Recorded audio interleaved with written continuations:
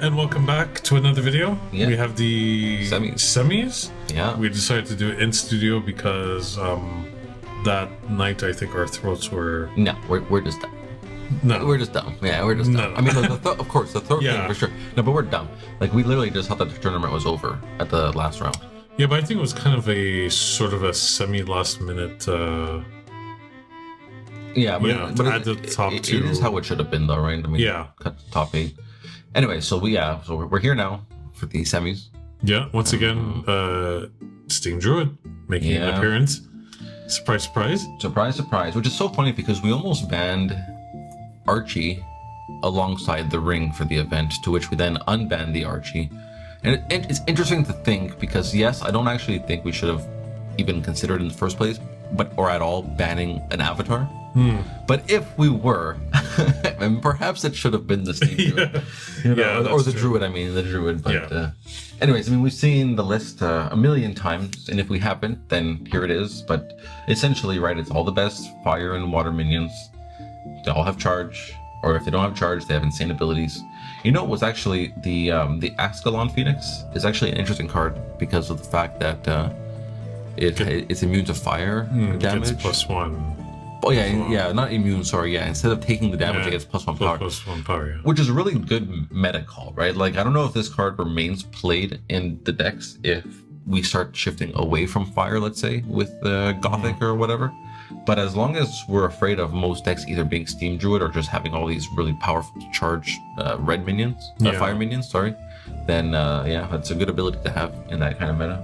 Yeah, and I mean, it's a pretty good mix of minions with magic, with the...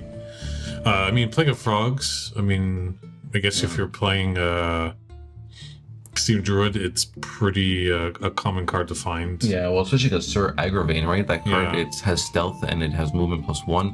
It says whenever a nearby... Or no, whenever an adjacent unit hits an enemy...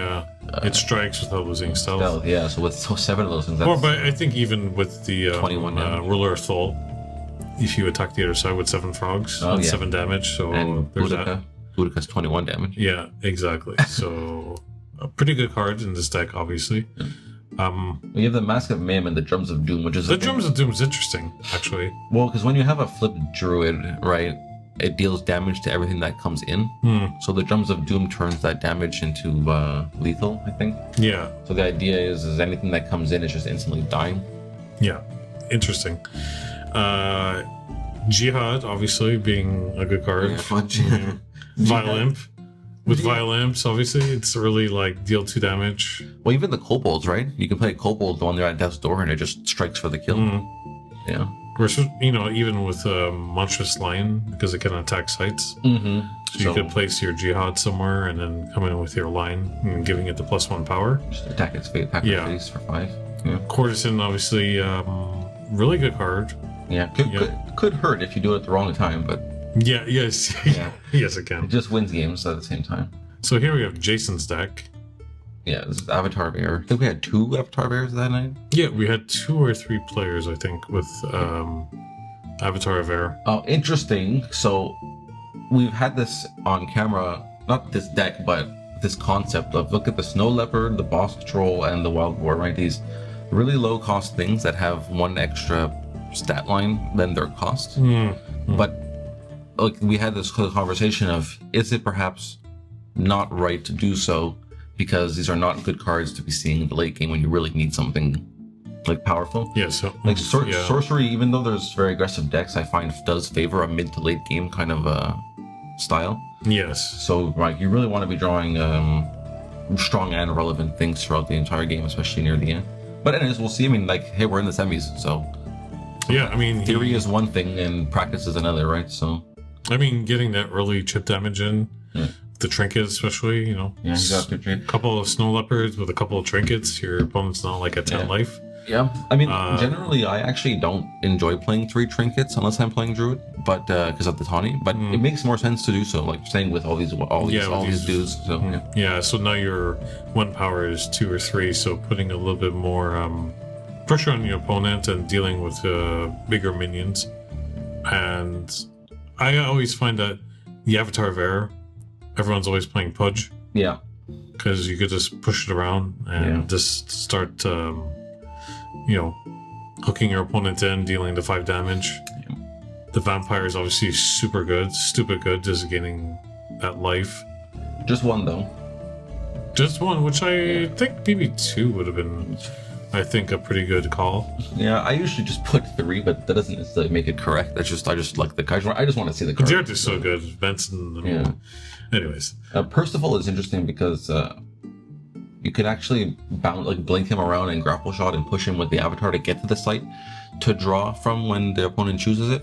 But even just honestly, like if you're in these colors, he's a 4-cost 4/5. Like take away all his abilities, he still has 4 power and 5 health, which is really strong.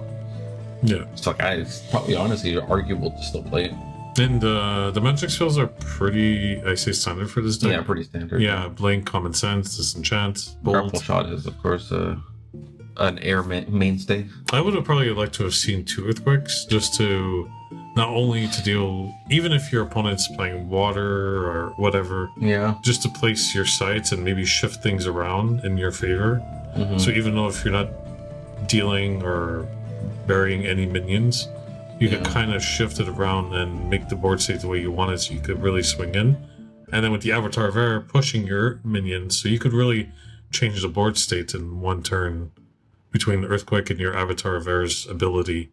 You know what I mean? You change your opponent's sights in a certain way, and then you push your minion as well, and you could really change the board state. So I think I would have liked to have seen 2 Earthquakes. Earthquake also goes nice with Pudge too. Like you can shift their board around to line up your Pudge. So, alright, so this is Kamy, another local, versus Jason. I don't remember where Jason is from. I think he was from Massachusetts. I think he came with his, I think he said he was from the States? From the States, yeah. Oh, nice. Nice. Yeah, Avatar of Air scares me when I sit across from it. When I spoke to him earlier, I spoke to him that night, to say earlier, as if it's the same day, but super nice, and we had it was amazing. We had people coming from out west and all over the country and US even. So it's really good. Yeah. So playing Lookout Tower, it's a good hand. It's a bit slow, just because there's nothing to do for the first 2 turns, but after, I see him. Take a picture. Yeah, so favoring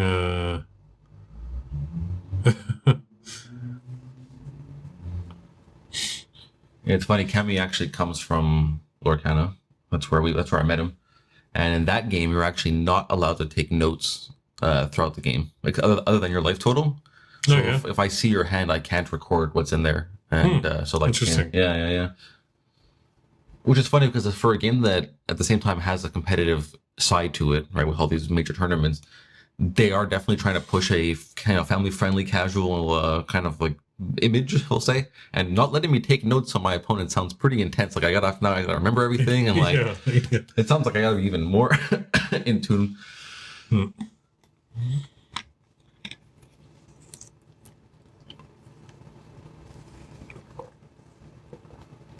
Leprechauns are always nice. Generally, so I've started to grow skeptical of building in the back row, unless you have a specific purpose for it. And for ruler? And I don't mean not for ruler. I don't mean, when I say specific purpose, I don't mean because your reason is that you want to delay aggro by 1 turn. Because I actually think that's not very good anymore. Because if I can put my sight on 8, and then you go to 9, I can go to 14. And if you don't, and you continue on your back row, and then you let me go to 9 or 7, you can just get really wrecked with your mana. Yeah. I don't think so you're only really stalling 1 turn, which again I don't think matters too much at the beginning of the game, because again I think this is a mid to late game favored gameplay, like a sorcery is. So it's I don't think you're really worried about. I don't think you're gaining too much from stalling them for 1 turn and giving them the chance to cut you off. Right? I think that's a concept that is either not happening enough, or people aren't. At least I'm not hearing about it enough. But the idea of cutting off resources by just placing sites in the right and wrong places, as opposed to Yeah. you know, like this is like actually quite scary. I find every time I've played in the back row like this, I've always wished I didn't. Also, like you allow for this, you allow for Kobold to be played right in front of your avatar, and which allows also imps and monstrous lions, right? So it's like it's Yeah. actually backfiring a little bit by letting them come in. Yeah, making them come in. That yeah, when I see fire sites, I'm like, okay, I have to create a bit of a distance Yeah, between them and my avatar because, like you said, now he's like right in his face. He could literally cast anything on square 8. yeah. So it's, I mean, like you think you're So making a distance by building in your back row, but in fact you're actually encouraging them to come right in on you. yeah, And then like if God, you know, if unfortunately Jason allows Kamy to play on 9 and 7, it's not really much. I mean, Jason can go 5, 10, 15, 20. Like Kamy won't be able to catch him. But you know, if you go to 5 and Kamy goes to 9 and then you go to 10, I abandon trying to cut you off there and I go to 7 directly. Now 7 blocks your 2, and if you go to 1, I go to 6 and you're finished on that side. And if when I go to 7, should you go to 1, sorry, and should you instead of going to 1, you go to 15, because we already have a site at 9, I can come to 14 and not let you cut me off.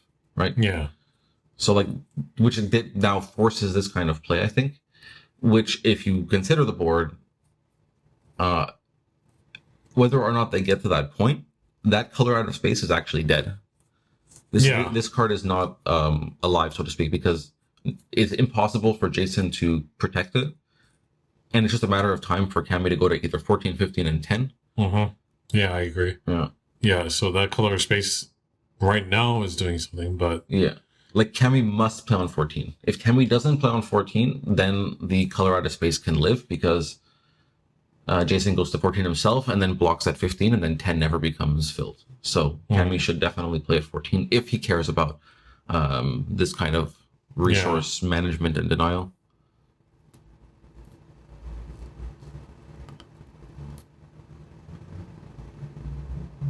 Okay, polymorph Pudge. I love that Pudge promo. The back of the Pudge mommy is really good. Okay, so attacking.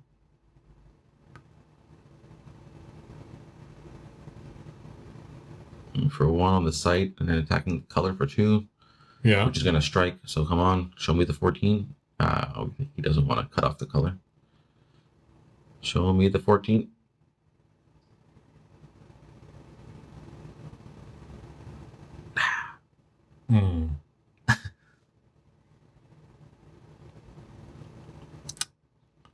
Or maybe he wants him to come in. He's kind of leading him on to come in with the Druid. You know, you're playing Druid. Yeah. You have Bruin, so you're like, okay, make him come in. I'll flip. I now have like a site even closer to attack. I don't know. Maybe there's a reasoning behind it. Maybe we'll see later in the match. Yeah. But also, that's what I mean though, right? Like, it's either I'm putting too much value on the concept of using your sites to like block your like gain territory, or it's possible that people aren't thinking about it enough, right? Like it's just very likely that maybe he doesn't care or just wasn't considering the line, or did consider the line but doesn't value it, right? So like I just happen to value it highly. I think this is like we're talking about grids here and like territory, right? Yeah, like I think you want to. That's rolling boulder. Rolling boulder. Yeah, you push it and it rolls all the way to the end of the, and then it does 4 damage. I think to everything it hits. Yeah, 4 damage. I'm not familiar with the number, how many exactly per se. Yeah. I've looked at that card a few times to play it. Looks interesting. Looks At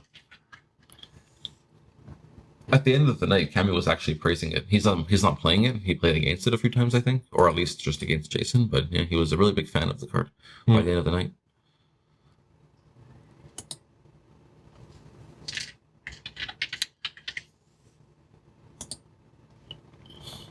Yeah, and like I said in a previous video, or commentary, depending how you watch this, Druid really making a presence that night.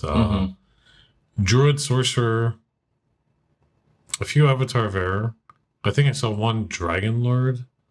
Only 1 person was playing it. Yeah. So Hopefully, there'll be some cards supporting it in Gothic. Yeah, some more Because I would dragons. really love to see the avatar shine and make some future videos where it does some like nice, has like some great gameplay. Yeah, so Kamy couldn't play the cat. It's okay. It'd be far beyond. I mean, he could. It'd be behind, but then when he moves to 8, the boulder can just kill it, right? So the red cap is like an option that lets him actually attack right away. What's going on?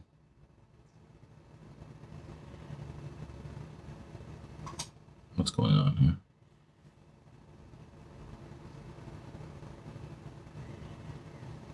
Oh, he's saying if I attack the windmill, you can you can fly your avatar to the windmill and then rolling boulder all the way down. So that then like it gives you incentive to deal 4 damage to my avatar as well. So it's a little bit of a take back. I guess it was allowed. Yeah. But it's interesting because I've seen takebacks on the official sorcery channel. I've seen it on like Crossroad event streams in Ira's League. Yeah. So it seems to be like as long as your opponent's okay with it, that's part of the golden rule, I think. It's an interesting placement for the bridge. I don't know if I would put it there. I mean, I'm sure he wants to keep his color of space. Yeah, but if he goes to 14, well, the thing is, if he goes to 14, the red cap can come in, right? Yeah. But yeah, I think I still really would have liked to see Kamy's site at 14. I want to know. Maybe I'll send him a picture.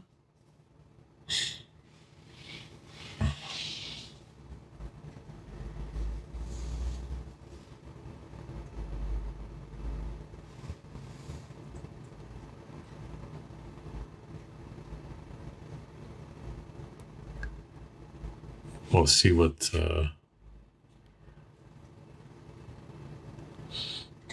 Yeah, it's amazing the difference when you're doing commentary in the studio versus live. Like it feels like the gameplay is like so quick and In person, you mean? yeah, in person live during the stream, it feels like it's 10 minutes. Then you look at your clock and it's like, oh, that was 46 minutes. Okay, it feels like 10. I don't know. It's strange. So Kamy is really trying to play around this card. Yeah. So vampire, he found the vampire. He's only got 1, right, in the deck. Yeah, And he managed to find it, which is good for him against an aggressive deck. Obviously, that life gain yeah. can be really annoying. So I don't know about you, but they came out with the spoilers for Gothic. Have you seen the cards? yeah, It is going to be freeze framed every No, but there was somebody after who did like all on the the collector art house. yeah. Was it Collector Art House? Possibly. But yeah, some of those cards are just gonna shake everything up. It's oh my god. I think I even sent you a couple of pictures of some cards that were Yeah. No, it's looking really strong. yeah. It's looking really good. The art's looking nice. I think they spoiled 50 cards so far. Maybe even more by the time this video is released, so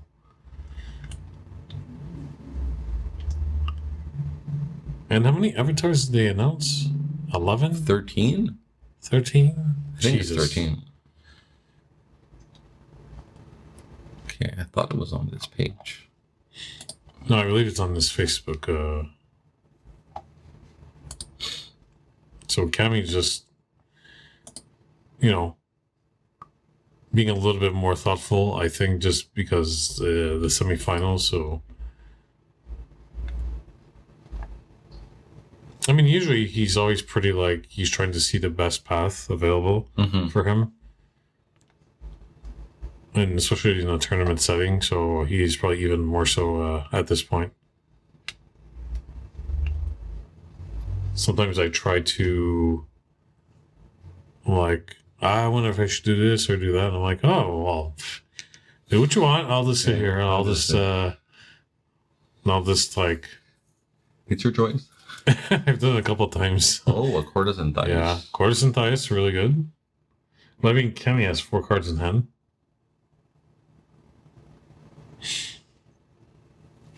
Okay, Wow. Kills the weakest. Is that flanking maneuver?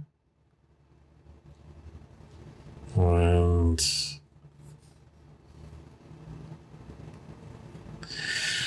I mean, he can rolling boulder to kill his own. his own vampire, right? Yeah.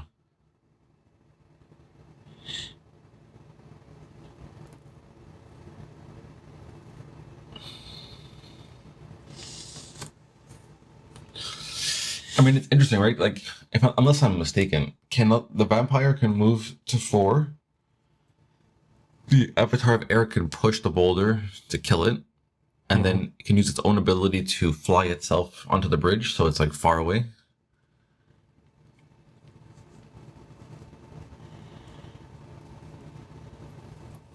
Or even the vampire moves, or you just sacrifice your taunt. The vampire moves to 14, and you push the boulder down that way towards the druid, and then you push, and then you fly your avatar into the corner. So yeah, then the druid can pick it up. Yeah. Yeah. But then he has control next turn. Yeah. So the only issue is that if flipping your Bruin at the right time is as important as I think it is, when your courtesan dies before your opponent flips the Bruin, you're at risk of them flipping it for you, right? Yeah. Flipping your druid for you, and now you've got an early potential. Yeah, that's true. So I wonder if he's going to use the Black Plague maybe to...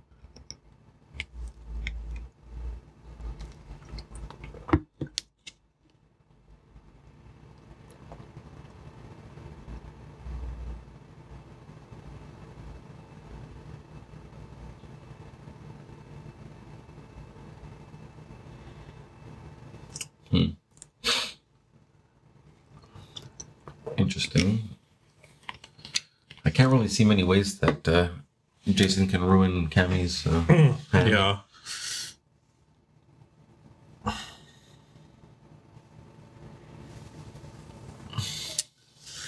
So yeah, see, sometimes it's okay. I think the worst thing he could do is probably just not cast anything. I don't know. Oh, because it has charge, so he can push the boulder to deal 4 damage. Yeah. But then you give him... Oh, and then the Druid pushes it back. That's funny. So just kill the... just kill the... Just kill the ruler, basically. Yeah. I have to read the text of the boulder again. Yeah, it just says the units here have tapped to push the boulder. It rolls all the way to the end. Deals 4 damage. And then 4 damage to every other unit that it hits. So you push it this way, then the next one can push it back. Go everywhere you want. Okay, I mean, I think that worked out better for Kamy, right? Yeah. Well, I mean, Vampire is gone. Plague is gone. Yeah, the boulder's down here. Boulder's on his side now. Funny enough, I was talking to one of the... not one of the local community members. I think they were from Toronto. And then they were playing a match and they said, oh yeah, there was... Or maybe they were talking about a match and they're like, yeah, 4 Courtesan Thias in one game. God. And I'm like, let me guess, Fate Changeling? They're like, oh, you know? And I'm like, yeah, it's happened to me. You just Courtesan Thias, Fate Changeling, bounce it back to your hand, play it again. Do it another time. I think I was playing a game against Carl, and I had the Courtesan, and I self-same Simulacrum. So I copied it that way, and then I had a Lady Izo on the board. So I attacked with the first one, and got the Courtesan back in my hand. It's really nice. He was dirty. Yeah, I like it a lot. I like it a lot. Okay, so we didn't flip the Druid because we pushed the boulder to kill the charge minion. Seems fine. I'm okay with that. Yeah, for sure. Because the alternative is we flip the Bruin, and then now we've got the ruler still alive, and a Bruin in play, which can go attack for 5. It's no good. Yeah. It's no good. Yeah, definitely.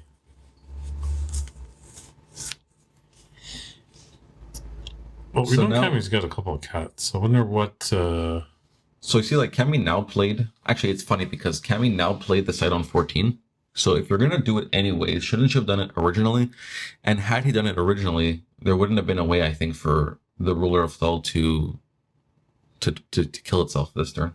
I'm just wondering if Kamy is going to maybe play the cats on square 9 on the color. Yeah, for sure.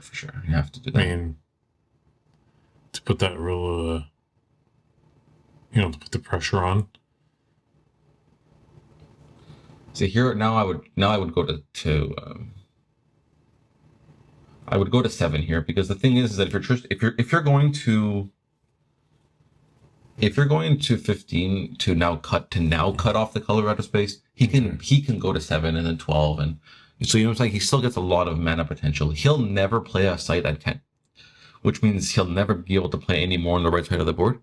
So if you go to 7, then all he has left is 1. So you can actually cut off his mana by going to 7 here instead of 15.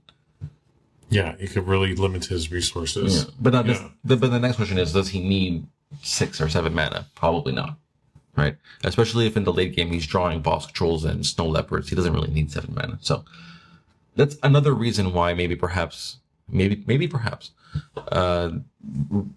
off the resources by managing territory isn't really considered as a valuable play, because maybe most decks don't actually need the 7 mana anyway. So maybe it's like more ideal for like decks that do need like Archie, we were saying, right? Even like sometimes Death Speaker. Sure, you had Death Speaker for sure. Yeah. So Pathfinder, but Pathfinder is too sneaky. Yeah, I mean, there's there's Fine Courser and all those other cards that you could just Warhorse that you could just hop around the board pretty easily. So even that Siege Giant. Okay, we got 2 cats down. Yep.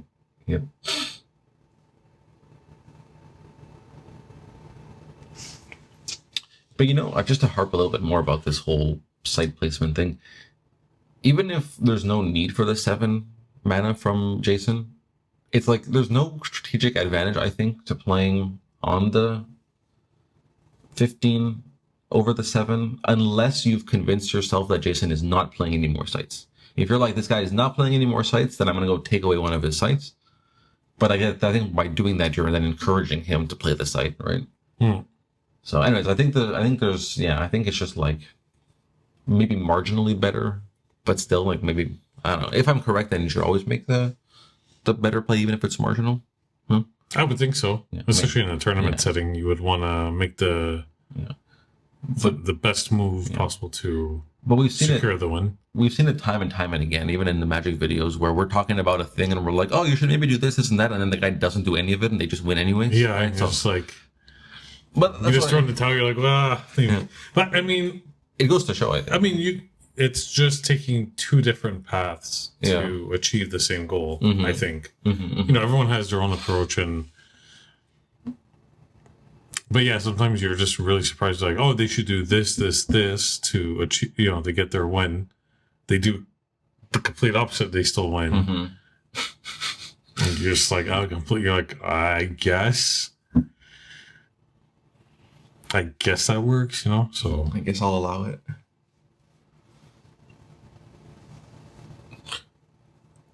Okay. I don't remember seeing Lancelot in the deck tech. I remember seeing Percival.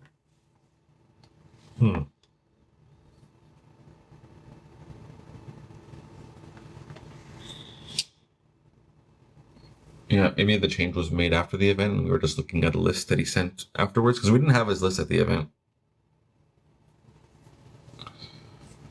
Yeah, I mean, trying to get everyone's information, like deck picks, registration, it was, with 32 players, it was a lot of work.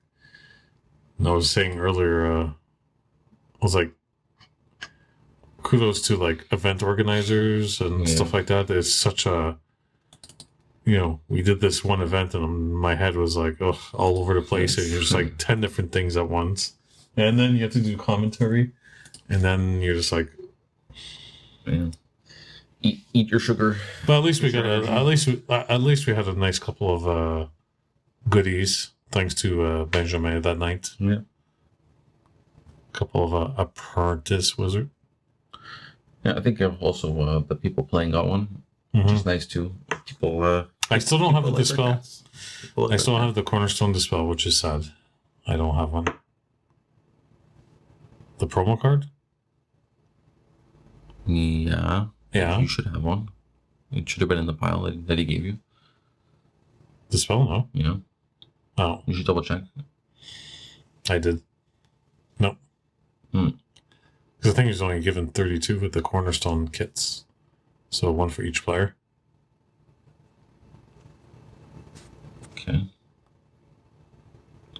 But regardless, These like frogs. So you can summon them anywhere, right? Yeah. Even on your opponent's sites. It's pretty good, pretty good, pretty good. And then you get the Boudica.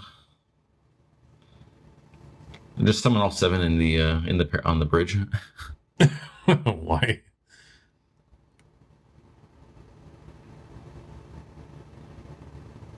I'm surprised that they're at 13.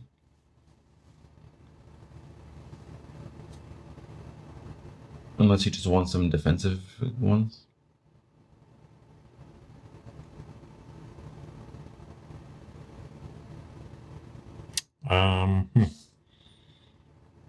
So he's got how many frogs? 1, 2, 3, 4.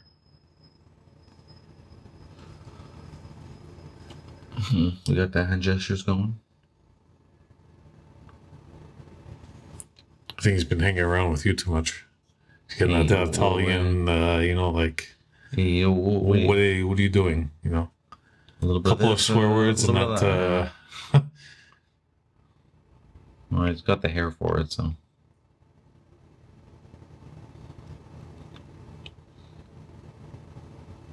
I mean, we have run out of frog tokens. You can use soldiers, but don't forget the frogs have 0 power. The soldiers have 1, so they don't actually attack for 1.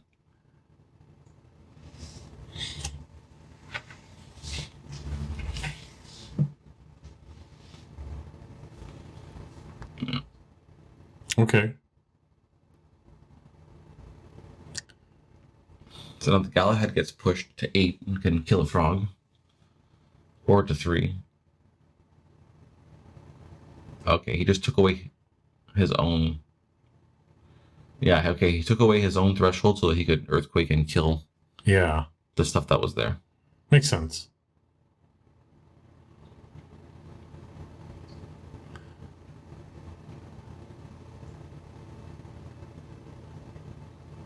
Yeah, a pretty good card. Mm-hmm. So now Jason kind of did Kamy's job for him if we go back now, right? Like now, because now 7 is still open. It's open for the taking. But it's okay because he played his site, so he's got 5 anyways. Which is more than he needs, right? I think his highest cost card is Earthquake, Vampire, and Galahad, which are all 5. You know what's does he have any card advantage like Apprentice Wizard, Grandmasters? No, eh? I don't think so. Yeah. Sometimes I struggle with that when deck building, like just not having any cards like to draw you stuff.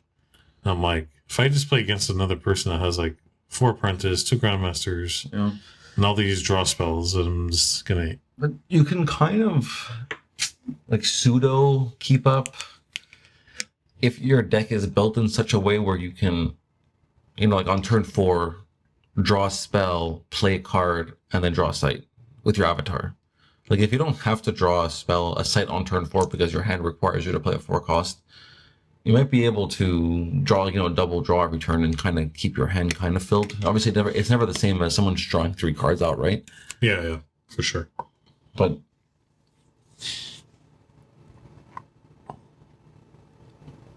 okay, we gave Geyser to the minion holding the rolling boulder, so it was able to move to 13. Okay, but there was an issue here with ruling where we thought that you couldn't drop after you moved, which I thought was the case, but it is not the case because it's the literal attacking that is the interacting with the realm. You interact with the realm when you deal damage to it. So like moving, even though it's the move and attack, you're not dealing damage to the realm, so you aren't interacting with it. So you can move and then drop. You can't move and attack, deal damage, and drop. So it would have been legal to do so. He could have... Yeah, I think at this point they're...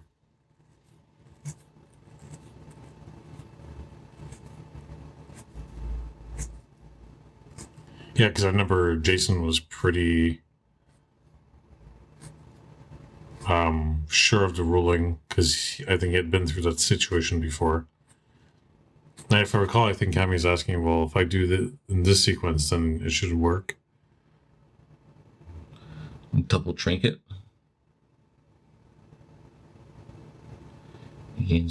Or maybe it was further on. Or maybe it was the last game where something happened. I never, there was, but I'm pretty sure it was Jason that was explaining, like, the ruling of something.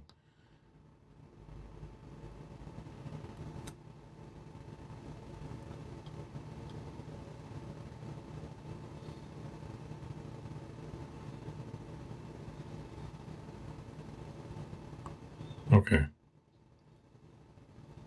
The courtesan should not be dead. Why is that? Unless it's not a projectile? I thought it was a projectile. If it's not a projectile, I mean, it's probably okay. They probably did the right thing. Because if it's not a projectile, then yes, it would kill the courtesan.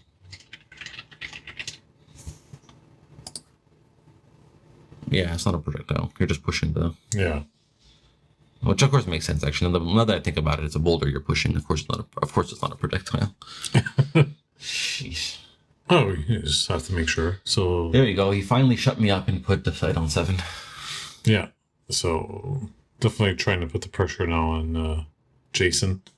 I mean, he played Funeral Pyre and just like took out his, Pudge Vampire and just, I mean, he can play the Saracens on the 8, right? Pick up both those trinkets and attack for 5. Can he not? Unless he spent the manas already. He played 2 for Kaiser. I don't know. Possibly. 2 for Geyser. 2 for Trinket is 4, yeah. No. Yeah. He has 1, 2, 3, 4, 5, 6, 7 mana.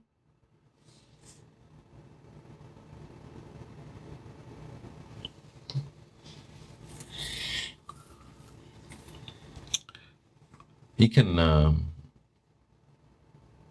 play the Saracen Raiders on the bridge, attack for 5 with trinkets, and then pick up the boulder.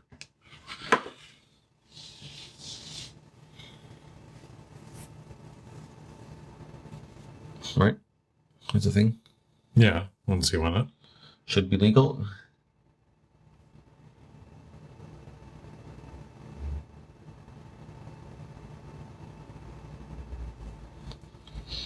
I'd be really curious as to know what's in Jason's hand. I want to assume there's a grapple shot in there. He's got 4 in the deck. Yeah, I would think so. But either way, if he has the grapple shot, it would... oof. Oh, nice. 4 damage, and then the Tawny can kill the... Yeah. But now the Avatar can fly to 2 and push the boulder back and kill the Saracen. Yeah. This boulder really doing a lot of... Yeah. Yeah, I think Kamy should probably get a tattoo of the Plague of Frogs art. He seems to like draw it every damn game. Yeah. He always has it. You should probably just get it. Oh, there, like you said. Yeah.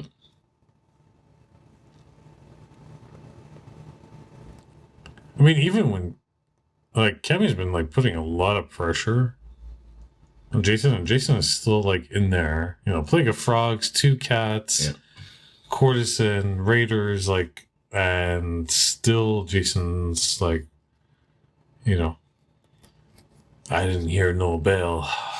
Just kind of hanging in there and...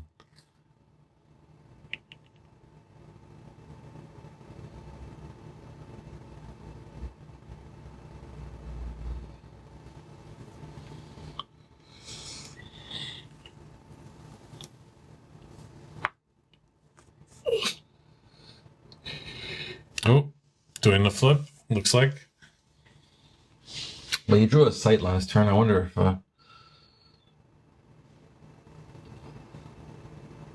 He has the Exurga Harris in his hand, which is the one that has a lance and it untaps every turn. It's not bad. You can give those two frogs, the frog, the two trinkets and attack the pebbled path. Oh, we have an error. We have an error. What's wrong? That's a pebbled path, is it not? And doesn't pebbled paths remove charge?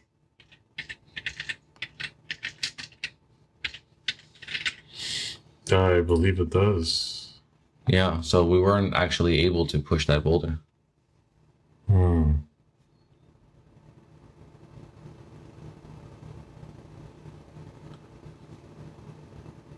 But at the same time, okay, fair.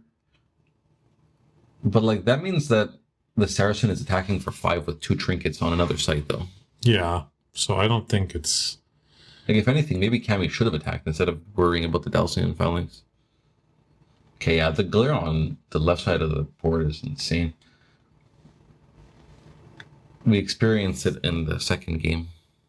Yes, that's true. That's true. Maybe it's in every game. I don't remember seeing that during the night. Yeah. Well, I mean, as the nights got darker and darker, I mean, the bar... Because the lighting changed several times throughout the night in the bar, so... Yeah, trinkets with frogs just feels really bad.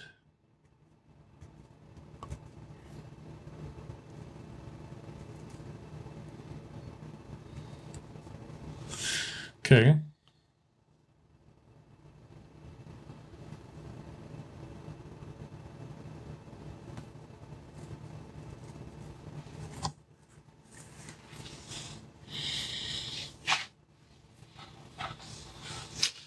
Yeah, Gaheris is interesting. I'm not really sure entirely how I feel about it, but the 5 health is really nice, you know?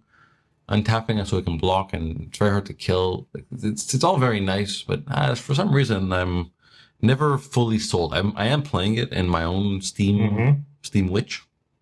Steam Witch, yeah. But yeah, I never know. I mean, it seems to be okay. People are playing it. It seems to be in most decks that are, Steam Druid decks. So. Yeah. Just the untapping is nice, right? Like the vigilance, the pseudo... Pseudo vigilance, yeah, kind of. Yeah, but like you said, it kind of... I don't know. Yeah. But it's like, it's good. Yeah, I mean, if we justify... 3/5, lands on top at the end of the turn, so... Like, Red Cap is 3 power, Saracen is 3 power. We all justify all these things, so, like, why not him, 3/5? It seems fine. Seems more than fine.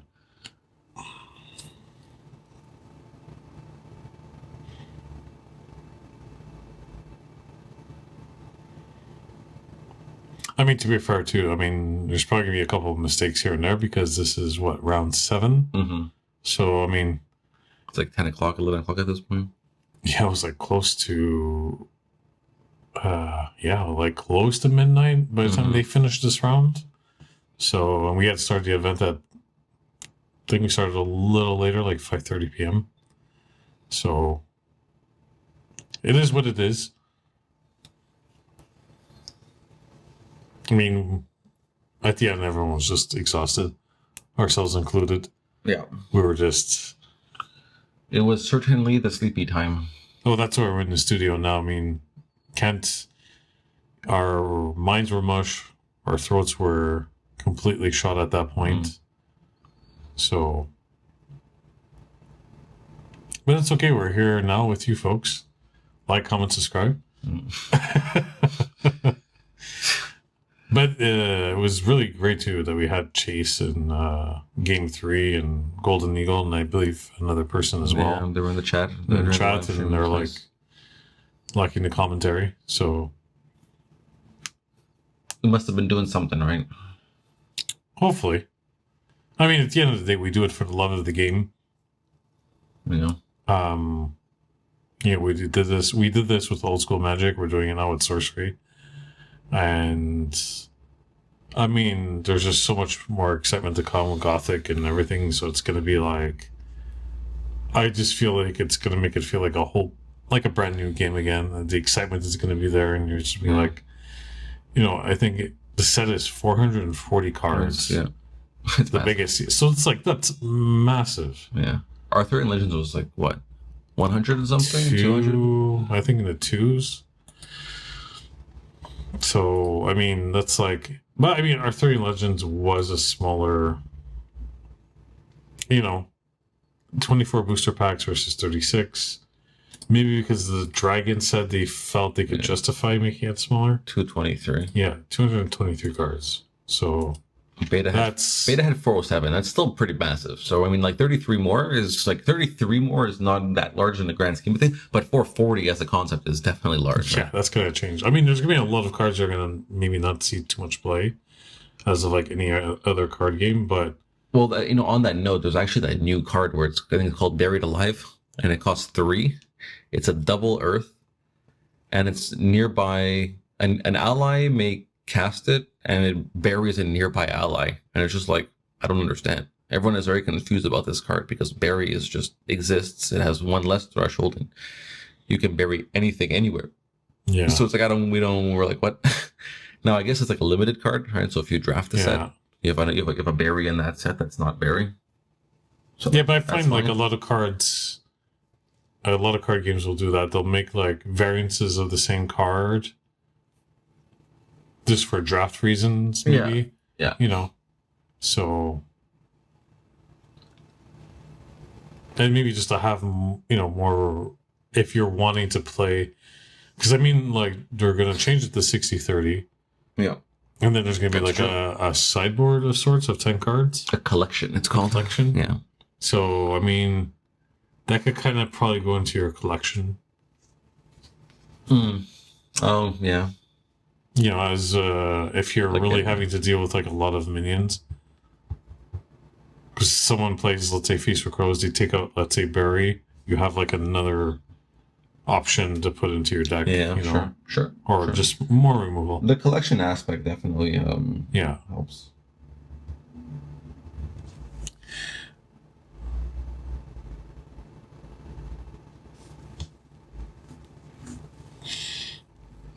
So not much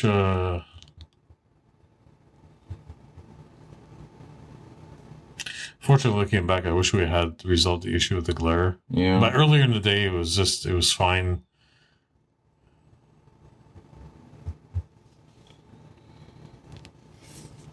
Yeah, well, the problem is okay, the problem is that actually we weren't recording the comments for this game. Yeah. So there was nobody we didn't see, right? Yeah, that's true. And also, unfortunately, JS, who would normally be watching the monitors, was acting as judge, so he was being called all over the place, running here and there and everything. So yeah, we basically just had no eyes on the camera.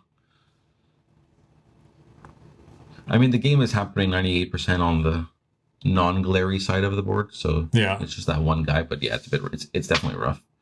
I'm kind of just pretending like it doesn't exist, which is not a good thing. But yeah. Yeah, we're deep in thought. So basically, you'll probably notice we're beyond 45 minutes. We figured in the top 8, we let them run free.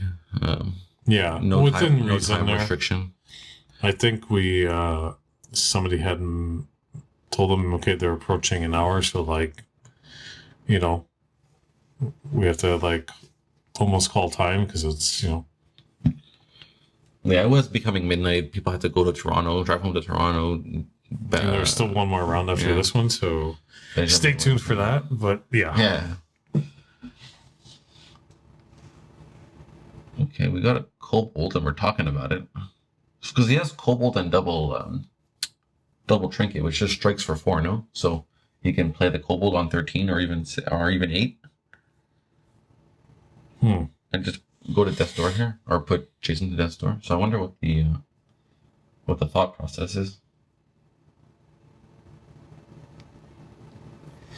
Like, in fact, so he has Drum of Doom, 2 trinkets, and the Cobalt. So yeah, I'm a little, unless they're just chatting, or he's not sure about the Bruin, I mean.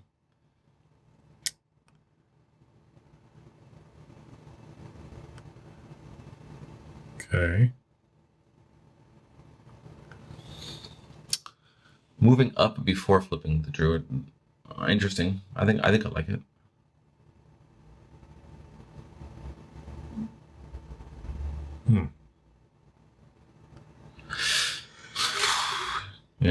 I mean, sometimes you're in the semis, like, you want to win. The play might seem obvious, but then you start to doubt yourself. Can it be this easy? Can it be this obvious? So Yeah, is it like just this obvious that I could? so you start to get in your own head and.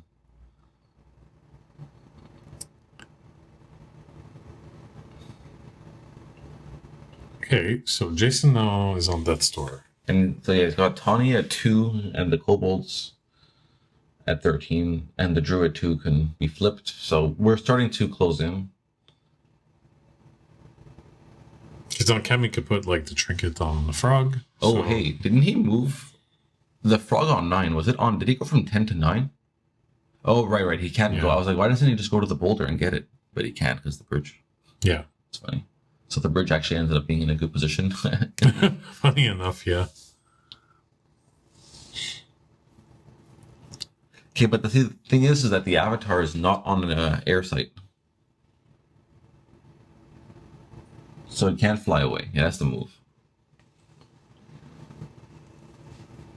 What just happened? Why? Oh, you teleport. Okay.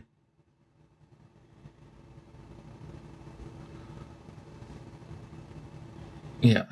So teleport moves you a knight's move away, which is an L. Teleport? Flanking maneuver. What did I say? Teleport. Oh. Teleport to any location. Yeah. Flanking maneuver, sorry. Yeah.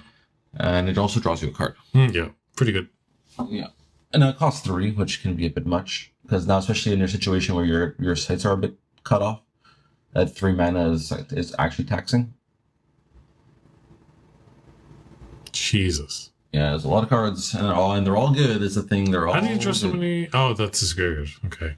Yeah, I get it. I was like, wait a minute. Wait a second.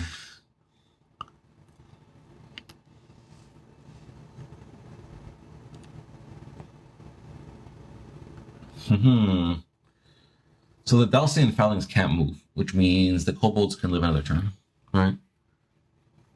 Because they move up to 8, and then they can still strike the Phalanx. Yeah. You can strike the phalanx, yeah. Are we shooting that boulder?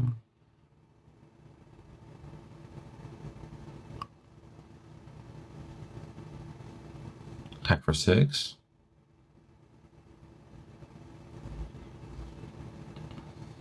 Yeah, kill all the frogs.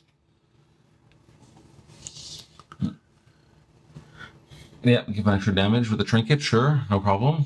Kamy's taken back a thing or two, so allow it. Good. Mm-hmm. Be a little bit dirty if you were like, oh, thank you, opponent, for letting me take back things. You cannot. Yeah. He would be in his right, I guess, technically, but breaking the spirit of everything, right? Yeah. The friendliness, the That's why I always like, depending on the scenario, like if you're not sure about certain interaction with certain cards, I think that kitchen table etiquette kind of like, if you both agree upon, like, I think this is how it should work. Yeah, I think it's all part of the golden rule, right? Yeah, exactly. So, but yeah, if you allow your opponent to do takebacks, they should allow you to do as well, I think. Mm-hmm. Unless you're just like, no. I mean, at a tournament, you could probably go the extra mile and establish before the game starts, are we allowing takebacks to a certain degree, kind of, But maybe that's just too much, and you just assume and expect. Mm-hmm. Mm-hmm.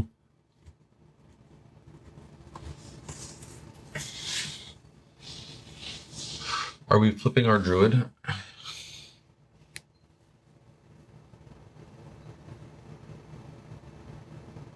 So the card on 6 is the Rolling Boulder right now.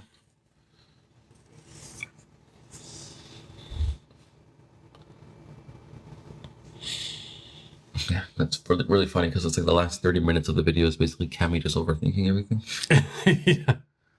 I get it, though. Oh, yeah, nice. So that's a way to deal with that. Yeah.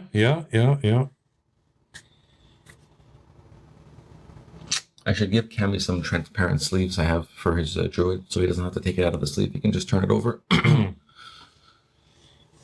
It's actually funny because he got the Dust Reward promo Druids, like the foils, but he wasn't really fond of them, I think. So he's just playing the regular ones. Oh, yeah. Yeah. Funny. Actually, Carl was at LobsterCon, right? And he met Brian. Yeah, I didn't. You missed that chat. Yeah, I missed that chat, unfortunately. We got the all signed there. The Druid signed. Mm-hmm.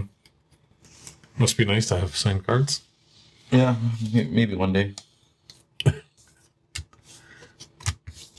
Well, it's nice. Right? So far, we've met Sam, we've met Heidi, Carl's met Brian. Yeah. So it's really good. I would definitely like to go to one of the sorcery cons next year. One of the cons. Yeah. To at least meet the... Are they driving distance away, or we'd have to fly? I would probably drive, honestly. Where are they? Maybe like Baltimore and that kind of, like, there's like some in that area. I think would be pretty good. Or even Boston. They did some event next year, so... Website expired. So Questing Beast, really good. Well, stealth is pretty scary. Yeah. It's not looking good for Jason. Although he did pull up a hell of a fight, I could tell you that. Seattle and Las Vegas. Are any of these close enough or not? Not really. It's a bit of a drive. What about Gen Con? Maybe Gen Con, yeah. Indiana? No? We'll see. Still too much, yeah. Well, anyways. So Jason knows... He's got to move back. He actually cannot move back because it's the bridge. Oh, what just happened? No, you can't. Yeah, Colorado Space is no longer an air site.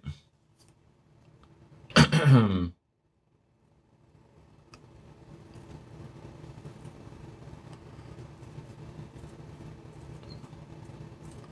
there you go. It's not an air site.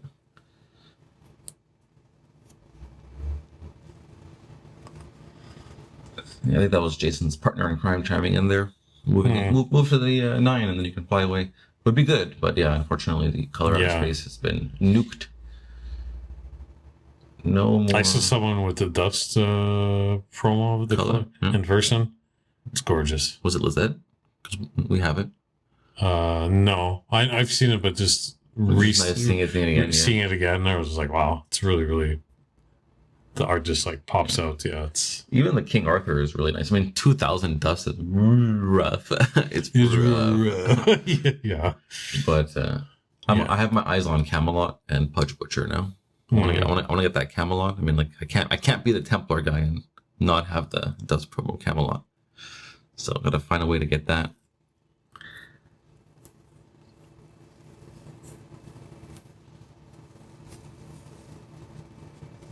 The Avatar's in a really sticky situation, huh? Yeah, not looking good for Jason. Questing Beast. Cobalt's just like nearby. There's Druid right up your... Yeah. Actually, so now it's funny because now the bridge is actually causing problems for Jason because he cannot go into it and then fly away. Can't cross that top border. Rip. Yeah, it happens.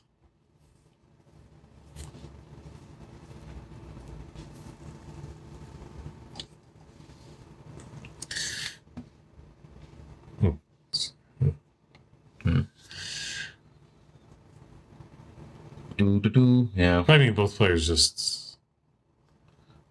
I wonder... Like, really, I don't want to say overthinking. I want to say more... Just really making sure in the last moments. Yeah. Yeah. Like checking every T, dotting every I, crossing every T. Or their brains are just mush and they're just in need of like 2 Red Bulls. Ready for bed. Well, if we can blink, maybe that'd be nice. Then you can fly away to... The Cobalt... No, he's got to find a way... Yeah, like he's got to find a way to get... Because even if he goes to 3... The Cobalts, or he managed to get to 2, the Cobalts could just move and then strike him next turn. Is that a Chaos Twister? Oh my good god. Oh well. So what? The kobold dies but doesn't deal damage? Hey. So how did the avatar get to 3?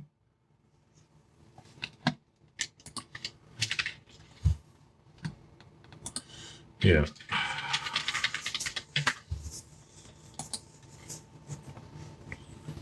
Place target minion, so the Chaos Twister had nothing to do with it.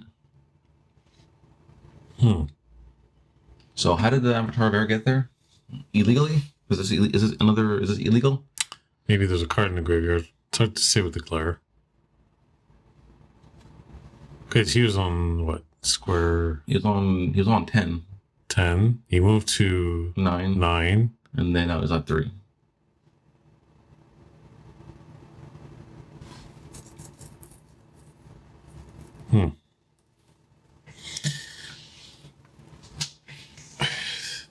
I mean, at this point, I would just, I'll move the questing beast, and then at the end of the turn, take a step towards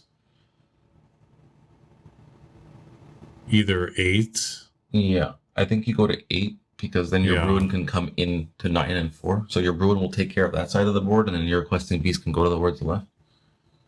Yeah, because if he blocks him in like that, like you said, the Bruin could go up square 9.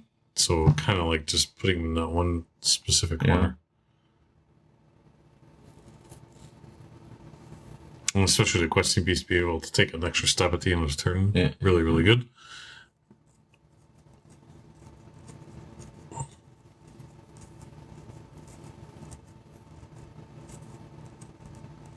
Okay, Kamy disagrees with the assessment and goes down. Yeah, I just really wish we could figure out how that avatar got to square 3. I think the card underneath the Chaos Twister is the flanking maneuver.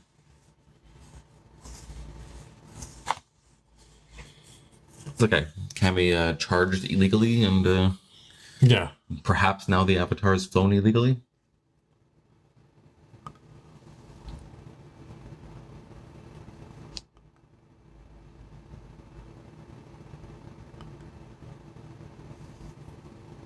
Yeah, this reminds me of a game where I played with Carl maybe like 3-4 months ago. I was playing Archie.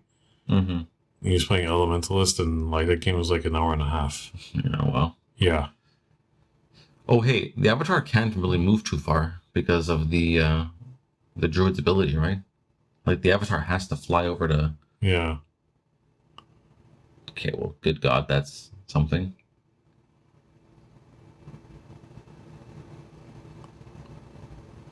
That is something.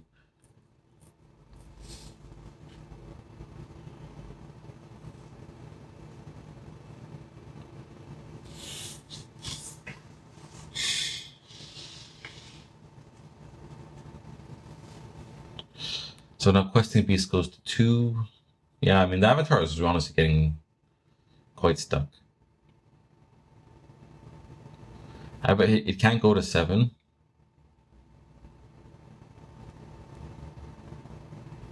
If it goes to 2 or 1, it gets killed by the questing beast the following turn. So, I don't know. It's not looking good. Funny enough, I haven't cracked a Drum of Doom at all. Not even one copy. I thought I had a couple. Yeah, I think I only had 1, and I just bought the other one because I don't understand how I only have 1. So yeah, I understand. It's crazy. Yeah, it's crazy sometimes the clumping of certain boxes.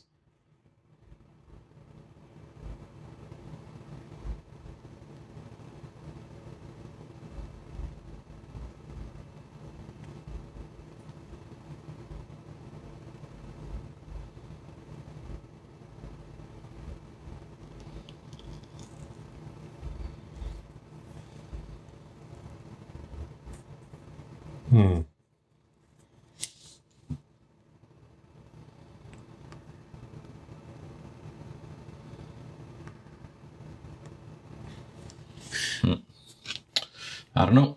We're deep in thought still, of course. Yeah. I think the drums are nice because even if Jason tries to play minions around, they'll just die to the drum, right? Because of the Druid dealing them 1 damage, and then that damage now becoming lethal, and then... So it helps keep blockers away. Yeah, as you encroach on the enemy avatar. Fortunately, Kamy can't move up the Bruin. Yeah, it's really rough that the game ended up being fought on square 6 where we can't see a single thing. Yeah. Oh, we got lava float for the win. Yeah. Lava float doing the damage. Jeez. Okay, well, Saracen would have. We got a lot of stuff coming here. Yeah. Wow. Yeah. Insane game though. Jeez, that really went like that. Avatar Bear can really fly around, can really escape, and.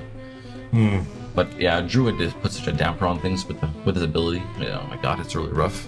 But I don't know, really good chunk from both of them. Funny how the bridge ended up being strange at first, good after, and then bad in the end. Yeah, didn't help him afterwards. Yeah, so yeah, after this video, we're gonna have the finals. So Kamy's in the finals versus David. Yes. Yeah. That's public. Yeah. So then that's the Steam Druid mirror. Yeah. And going into and it's important to say, I think, there. Oh, look at those! Look at that pricing for Jason. Very nice. Oh, yeah. Bunch of packs. But David going into the finals is the only 7-0. Yeah, that's true. Yeah, Kamy lost one at some point. I think he got shapeshifted into a great old one also. Yeah, probably. Or something like that. And anyways, I guess it doesn't matter because with the top cut and you're fighting for opponent game win percentage and all that stuff. But you can still find a way into the top 8 like Kamy has, and here he is. Congratulations, going into the finals versus our only 7-0. So look forward to that. Yeah. I hope you like Druids because it's going to be a Druid mirror match. Yeah. So we'll see you in the next one. We'll see you there.